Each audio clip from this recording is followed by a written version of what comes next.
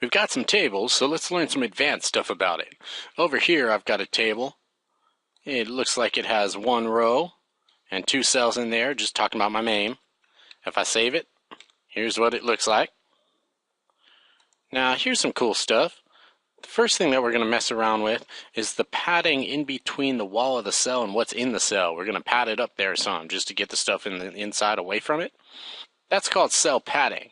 And the way you do it is you get up in the table tag, it is a table-wide attribute, and you put in cell padding equals however big you want it to be. I'm just going to say 20 for 20 pixels.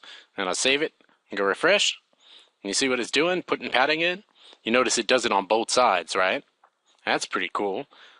Later, you can do padding as a cell-wide attribute, but right now it's all table-wide.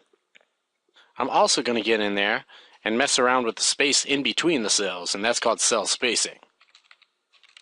Maybe I'll say that equals 10, just so you can tell the difference.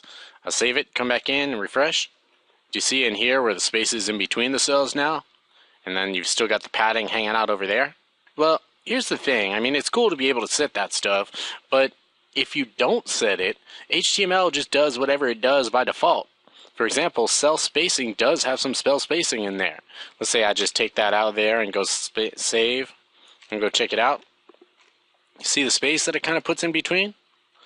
Well, most of the time you don't really want space there, so you got to go set it to 0. Most of the time you don't want a bunch of padding over on the side either, so you set that to 0. Let's see what it looks like. Alright, now we're getting somewhere. Tell you what, get inside a little table of yours, maybe you have to build one, and set the cell spacing and cell padding to 0.